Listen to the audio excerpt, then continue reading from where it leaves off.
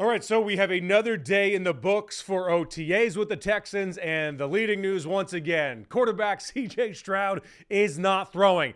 Where is your panic meter? Let me know on X at Will Kunkel Fox or IG at Will Kunkel. I am at a 2 out of 10. I am aware of the situation. I am monitoring the situation. So I am at aware. I'm not panicking quite yet. I'm at a 2 only because this is OTAs. This is voluntary. It is very early on.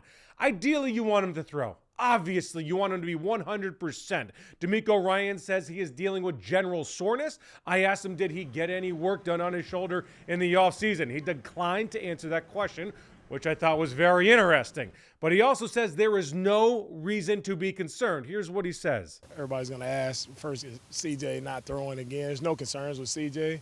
It's just general soreness. We're taking extra precaution with him, but he'll be good to go. No concerns on my end there. Maybe not.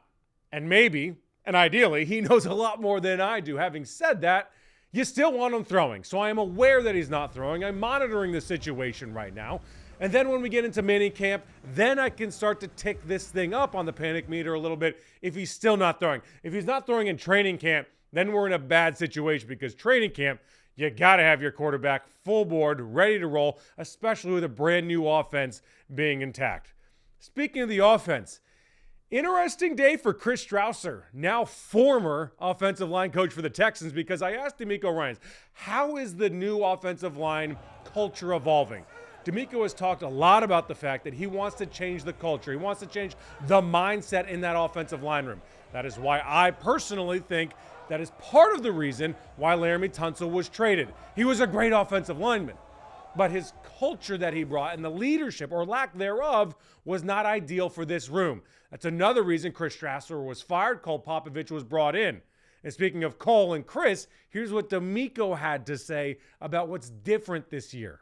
Our offensive line, the mindset, I see it drastically changing. I see Coach Cole Popovich, his instant impact on those guys. You can see it from the way they work in their individual drills, the way they come off the line with low pass. It's just the small technique things that you see, how they're dialed in on their hand placement, just speaking the same language. One of the coolest things I've seen when we were working out in phase 2, we work out, we activate our guys here in the bubble, and we all travel outside to do our different drills.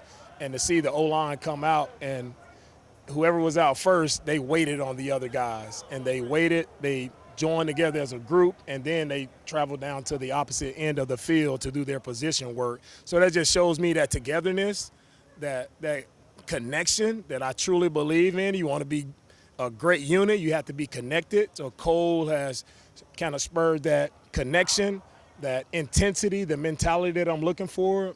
And we have that. We have the intangibles of what it takes. Now we just got to go out and get it done when we put pads on. The offensive line has to be good as a unit. Yeah, there are 5 separate positions, but they have to play it together. Laremy Tunsil was by far their best offensive lineman, but it did not operate within the system and the culture that DeMeco Ryans wants, clearly. So now that soft, selfish mindset that seemed to be permeating through that room is no longer there. This is different, and this starts now. It's going to be very interesting when we get to minicamp and training camp, when we put the pads on to see how this offensive line will operate ideally together as a unit.